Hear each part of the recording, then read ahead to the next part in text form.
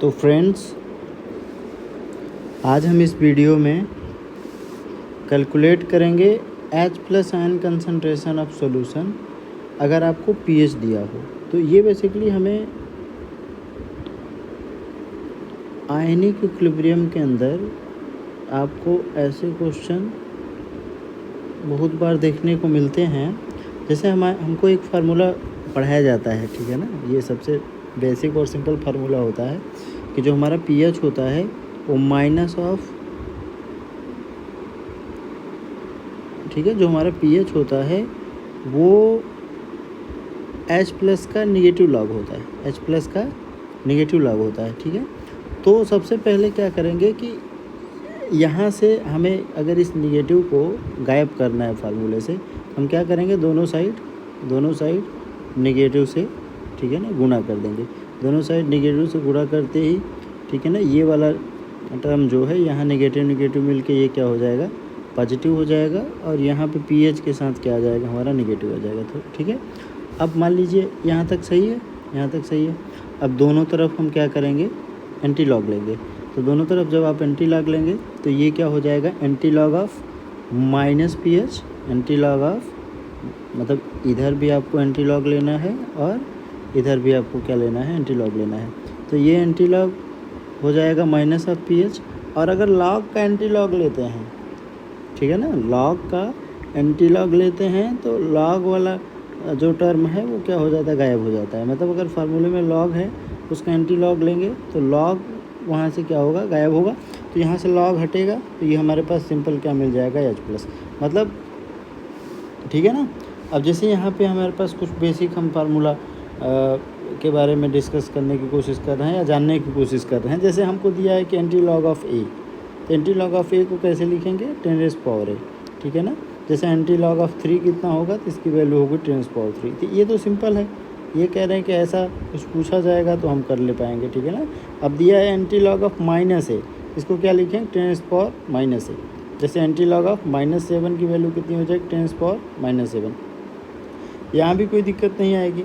लेकिन कह रहे हैं कि जब हमें डेसिमल वाला पॉइंट आएगा तो वहाँ पे थोड़ा सा ध्यान देने की ज़रूरत है। मान लीजिए आपको दिया anti log of A point B, ठीक है ना। तो इसको हम कैसे लिख सकते हैं, anti log A plus point B, anti log A plus point B, ठीक है ना। ये डेसिमल है हमारा, डेसिमल ध्यान रखना, ठीक है ना।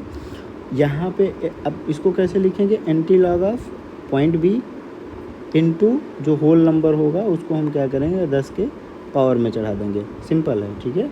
जैसे कि अब मान लीजिए जैसे ऐसे क्वेश्चन पूछा जाएगा आपसे कि एंटी लॉग 3.3 की वैल्यू कितनी होगी, तो हमें इसको कैसे लिखें कि anti log of 3 plus 0.3, anti log of 3 plus 0.3।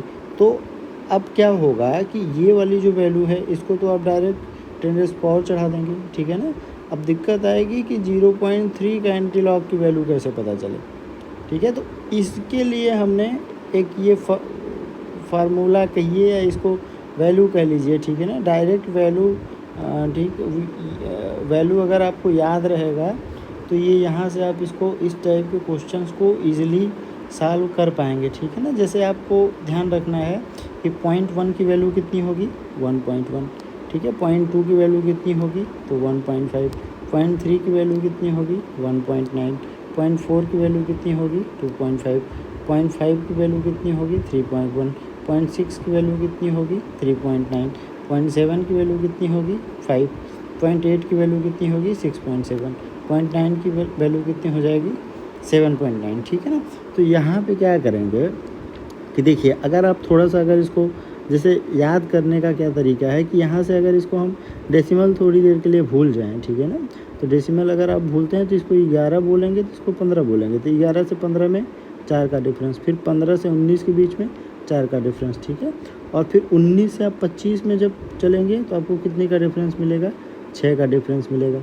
फिर यहाँ 25 से आप 31 में आएंगे तो आपको 6 का डिफरेंस मिलेगा, ठीक है ना। फिर ये 6 नेक्स्ट 0.6 पे ये कह रही है 6 का जो डिफरेंस था वो कितने पे शिफ्ट होगा, 8 पे शिफ्ट होगा, ठीक है ना। तभी तो ये 31 में 8 जोड़ेंगे तो ये 39 आएगा। फिर 7 जो वैल्यू है या 0.7 जो है वो कितना, उसकी वैल्यू आएगी 5। फिर ध्यान दीजिए 0.8 की वैल्यू पूछी जाएगी तो 5 के बाद कितना आता है 6, 6 के बाद कितना आता है 7 आता है, ठीक है ना। तो ये हो जाएगा 0.8 की वैल्यू 6.7। 0.9 की वैल्यू कैसे लिखेंगे, तो ये 7 पे ख़त्म हुआ है तो यहाँ 7 आ जाएगा, ठीक है ना। और ये वैल्यू कह रहे हैं कि ये जो 9 है ये 9 है, इसको आप यहाँ ध्यान रख सकते हैं, ठीक है। तो 0.9 की वैल्यू कितनी हो जाएगी 7.9, 0.8 की वैल्यू 6.7, 7 की वैल्यू 5, 6 की वैल्यू 3.9, 5 0.6 की वैल्यू 3.9, 0.5 की वैल्यू 3.1, 0.4 की वैल्यू 2.5, 0.3 की वैल्यू 1.9, 0.2 की वैल्यू 1.5, 0.1 की वैल्यू 1.1। अब देखिए अगर ये आपको डायरेक्ट याद है ना कि 0.1 की वैल्यू 1.1, 0.2 की वैल्यू 1.5, 0.3 की वैल्यू 1.9, 0.4 की वैल्यू 2.5, 0.5 की वैल्यू 3.1, 0.6 की वैल्यू 3.9, 0.7 की वैल्यू 5, 0.8 की वैल्यू 6.7, 0.9 की वैल्यू 7.9, ठीक है। तो एंटी लॉग, अब देखिए डायरेक्ट अगर आपको 0.3 की वैल्यू याद है, 0.3 की वैल्यू कितनी है तो 1.9, 1.9 यहाँ से लिखेंगे और ये गुना कर देंगे 10⁻³ का, ठीक है। तो ये भी कह रहे हैं कि हद तक आसान है, सबसे मुश्किल आएगी आपको, ठीक है ना। मुश्किल क्या है, ये थोड़ा सा कह रहे हैं कि इसका ऐसा माहौल सेट होगा कि वहाँ पे मैक्सिमम चांस है कि गड़बड़ी हो जाएगी, ठीक है ना। अब आपको वैल्यू जो जैसे दिया जाएगा कि एंटी लॉग ऑफ -5.4 की वैल्यू कितनी होगी, जैसे यहाँ पे हमने दे रखा है, ठीक है ना। तो स्टूडेंट देखो सबसे पहली गड़बड़ी क्या कर देंगे कि इसको लिख देंगे ठीक है ना -5 + 0.4। जैसे ही आपने इसको ऐसे लिखा तो अब इसको अगर आप सॉल्व करेंगे तो ये वैल्यू है -4.6। तो आपसे 4.6 पूछा ही नहीं है, उन्होंने पूछा कितने की वैल्यू है। तो अगर आप इसको ऐसे लिख के सॉल्व करेंगे तो आप बेसिकली वैल्यू किसकी निकाल रहे हैं -4.6 की। आपसे पूछा क्या गया -5.4 की वैल्यू पूछी गई है, ठीक है ना। तो सबसे पहले इसको कन्वर्ट करेंगे, ठीक है।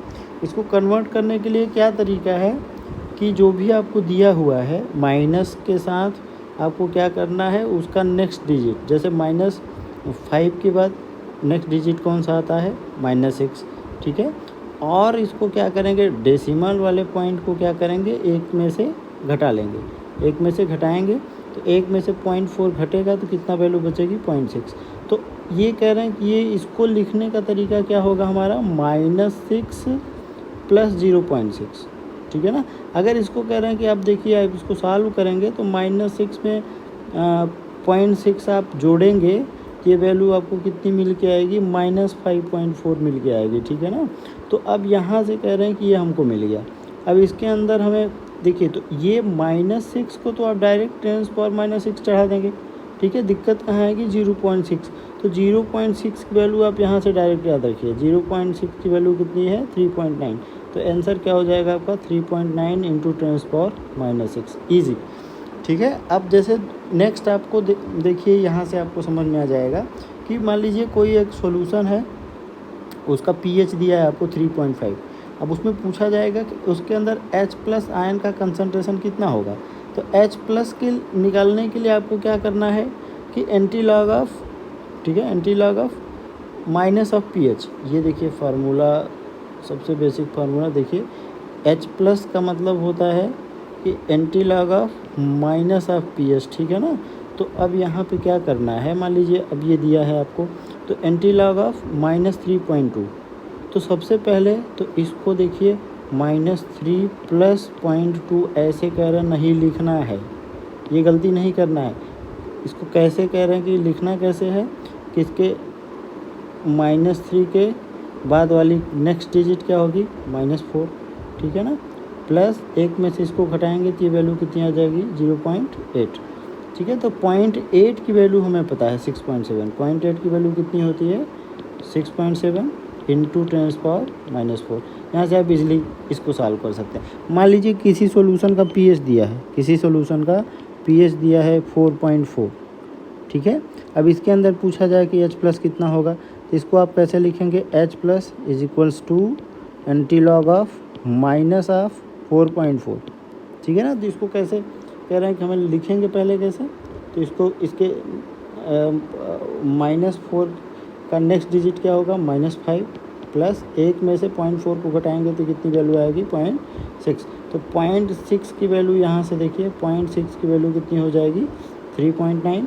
0.6 की वैल्यू कितनी हो जाएगी, 3.9 इंटू 10⁻⁻5। ये आपका आंसर हो जाएगा। आई होप कि वीडियो आपको पसंद आया होगा। Thank you so much.